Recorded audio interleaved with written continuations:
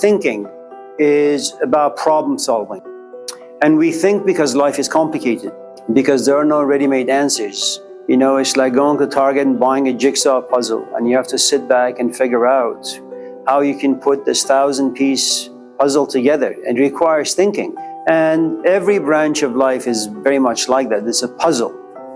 Now, the assumption initially is we are engaged, active organisms that you have no choice but to be active, whether physically or emotionally or psychologically or intellectually, it matters very little.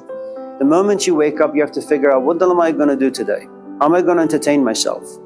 How am I going to keep myself from getting bored, from becoming frustrated? The thinking is a reaction to whatever the environment is forcing you to be. Reflection is something very, very different. You take a concept and you take it inside you. And the moment you begin to take a concept inside you, you begin to reflect. The thing about reflection is that it contains a good amount of emotions.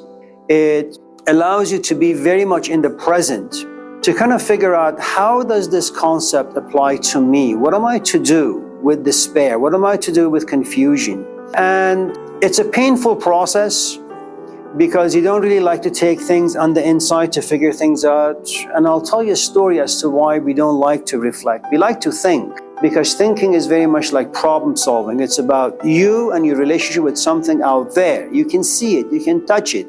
You know who the villain is, you know who the culprit is. So what you have is a man who is outside, on his fours looking for something. His friend all of a sudden passes him by and says, "Joe, what are you looking for? What's wrong with you?" He says, I'm looking for the keys to the house. Where are they? I don't know, I lost them. And so, being a friend, he too gets on the ground and begins to look for the key.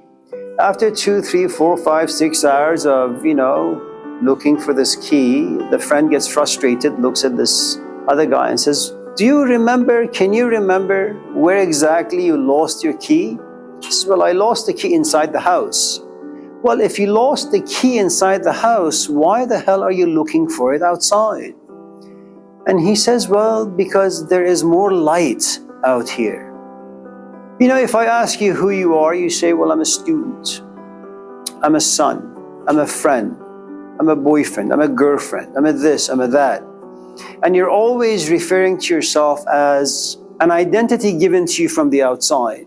If, on the other hand, you were to be approached by someone like Socrates, who are you? And his question is not so much what is your name, because that was given to you by your parents, or what do you do, because that's something that's been given to you by society. Do you go to school? They don't really much care about the knowledge that's been given to you by academics or by the books you've read. Do you know what your function is in life? It's kind of like the poem given to us by Rumi. روزها فکر من این است و همه شب سخنم که چرا فارغ از احوال و دل خویشتنم، از کجا آمدنم بهر چه بود، به کجا میروم آخر ننمایی وطنم. That once in a while I wake up and I say, who am I? What am I? Where am I going? What am I doing? Why the hell am I down here? Who made me? What am I supposed to do with my days coming and going?